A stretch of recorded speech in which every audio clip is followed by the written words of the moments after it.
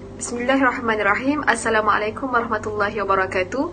Nama saya Nursyazah Alia binti Azmi, A17602, akan membentangkan cabaran dan pendekatan dakwah terhadap golongan LGBT di Malaysia. Umur 12 tahun sudah ada kat lorong. Sampai satu tahap memang tak pernah dah ada air mata lagi untuk menangis.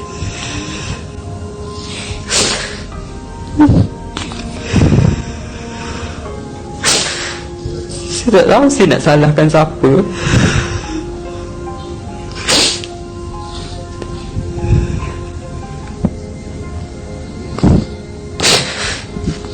Tadi saya nampak bila ustaz tanya siapa-siapa yang ada mak, semua angkat tangan. Tapi semua tak angkat.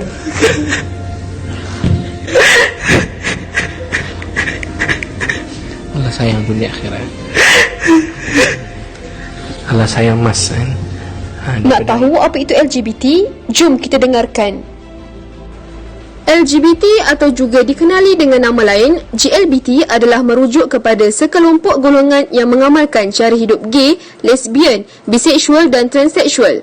Nama ini telah diguna pakai sejak tahun 1990-an bagi melabel mereka yang menjalani hidup sebagai LGBT. Menurut Khairul Hamimah, lesbian, gay, biseksual dan transgender atau singkatannya adalah sebagai LGBT ini merupakan satu cara hidup yang bertentangan dengan fitrah. Allah SWT menciptakan fitrah manusia, lelaki merupakan pasangan kepada perempuan, begitu juga dengan haiwan dan tumbuhan. Jantan pasangannya adalah betina. Mereka yang melanggar fitrah ini dianggap tidak menerima ciptaan Allah dan menyeleweng daripada kejadian asal. Baiklah, sekarang kita akan kupas objektif yang pertama, iaitu LGBT menurut pandangan syarak berdasarkan nas dan menurut perspektif undang-undang di Malaysia. Yang pertama, LGBT menurut pandangan syarak. Menurut Walid Ashraf, lesbian atau gay adalah merujuk kepada perbuatan melakukan hubungan seksual sama jantina, iaitu perempuan bersama perempuan, yakni lesbian, atau lelaki bersama lelaki, yakni gay, atau dengan kata lain, homoseksual. Kedua-dua jenis perlakuan ini disebut sebagai al-musahakah atau as-sihaku atau al-tadaluku menurut hukum syarak, yang diertikan sebagai hubungan intim sejenis sama ada perempuan atau lelaki. Perbuatan hubungan seksual sesama lelaki dipanggil sebagai al-liwat, manakala jika terdapat kekeliruan jantina sama ada lelaki atau perempuan, ianya digelar sebagai khunsa. Islam telah menolak sekeras-kerasnya LGBT ini daripada terus hidup subur kerana terdapat banyak dalil pengharamannya di dalam nas-nas syarak. Perbuatan musahakah dan liwat ini adalah haram menurut hukum syarak. Dalil pengharamannya ialah daripada nas Al-Quran, iaitu firman Allah Subhanahu Wa Taala di dalam surah Al-Mu'minun ayat 5 dan 6. Ayat kelima maksudnya, dan mereka yang menjaga kehormatannya, iaitu yang menjaga nafsu syahwatnya dari perbuatan zina dan sebagainya. Ayat ke-6 bermaksud, kecuali kepada isterinya atau hamba sahayanya, yakni gundik, maka sesungguhnya mereka tidak tercela. Perbuatan musahakah dan liwat atau hubungan intim sesama sejenis ini adalah satu perbuatan yang dikeji oleh Allah Subhanahu Wa Taala. Perbuatan ini bukanlah satu yang baru dalam masyarakat, bahkan pernah menjadi wabak penyakit rohaniah dan tabi'i kepada kaum Nabi Lut alaihi salam.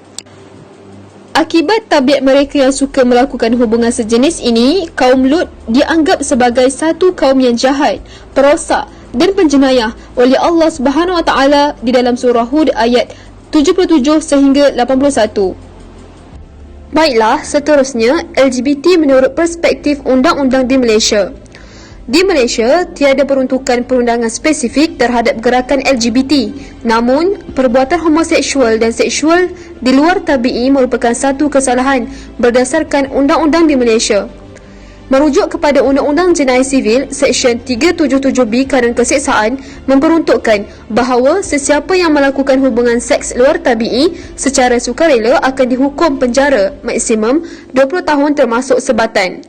Selanjutnya, bagi kesalahan melibatkan orang Islam, Akta Kesalahan Jenayah Syariah Wilayah-Wilayah Persekutuan 1997 memperuntukkan kesalahan-kesalahan yang berkaitan perlakuan LGBT seperti perbuatan liwat dan musahakah. Sistem perundangan di Malaysia telah meletakkan perundangan Islam yang terdapat di setiap negeri-negeri di Malaysia ini terpakai kepada semua orang yang beragama Islam.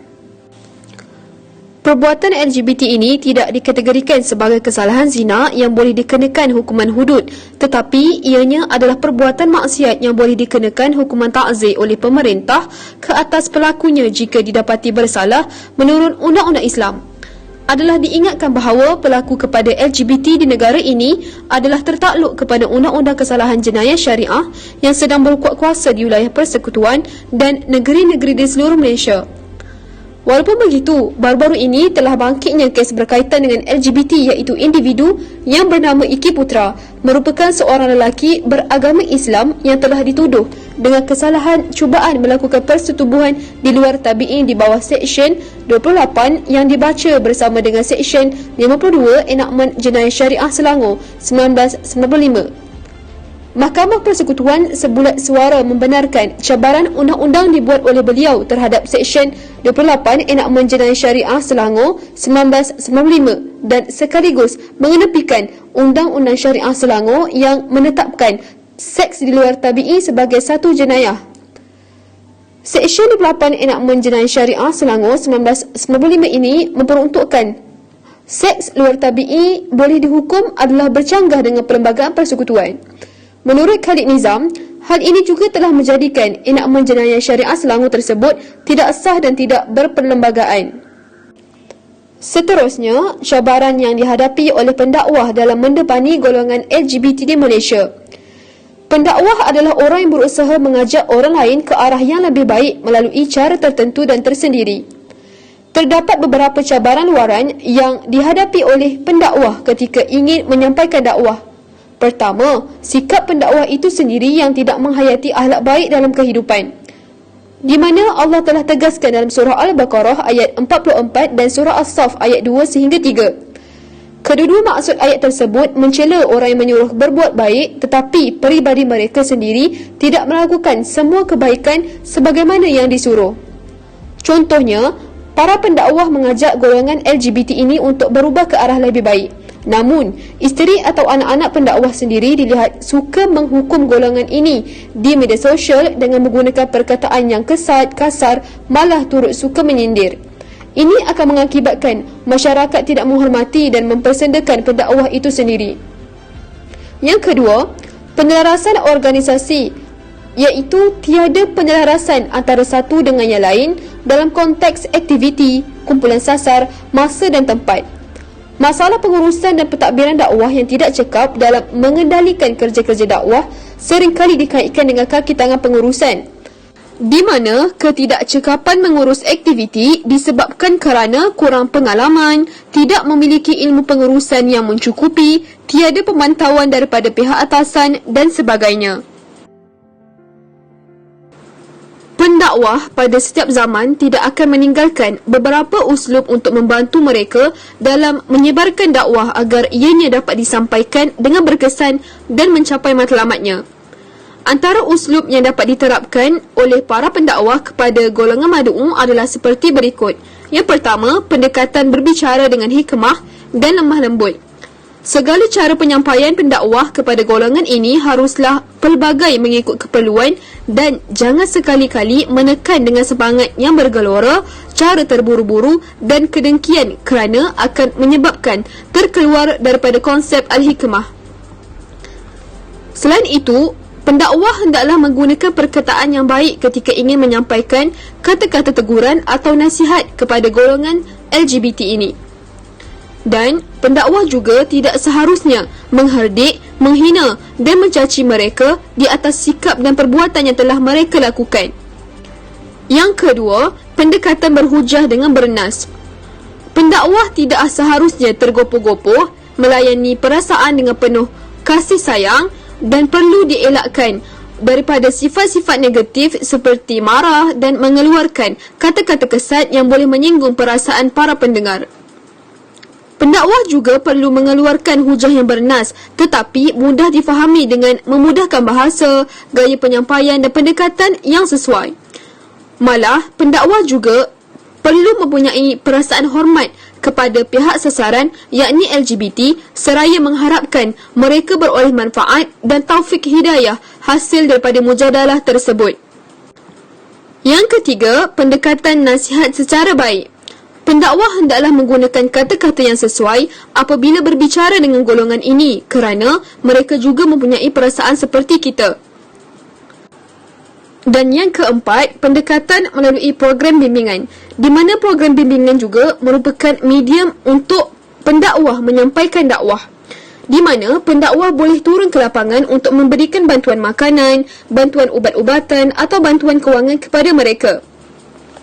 JAKIM telah mengadakan program Mukhayyam untuk golongan LGBT sejak tahun 2012, di mana selain program keagamaan yang memberi kesedaran dan muhasabah diri, Mukhayyam juga memberi peluang kepada peserta untuk melakukan aktiviti lasak.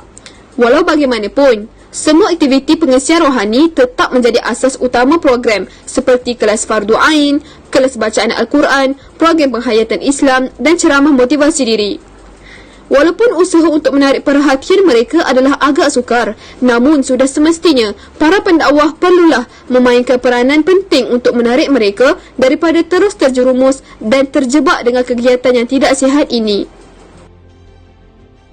Kesimpulannya, sebagai seorang pendakwah, kita hendaklah berusaha sedaya upaya untuk mengajak golongan LGBT ini untuk berubah. Walau bagaimanapun, terdapat juga halangan dan cabaran yang dihadapi oleh pendakwah ketika ingin menyampaikan dakwah, seperti sikap mereka sendiri serta masalah penelarasan organisasi di mana ianya memberi kesan yang tidak baik kepada golongan sasaran dakwah itu sendiri. Hal ini juga dapat diatasi dengan baik jika pendakwah menerapkan akhlak yang baik dalam diri serta bersikap telus, jujur dan bersemangat dalam menyampaikan dakwah kepada orang lain.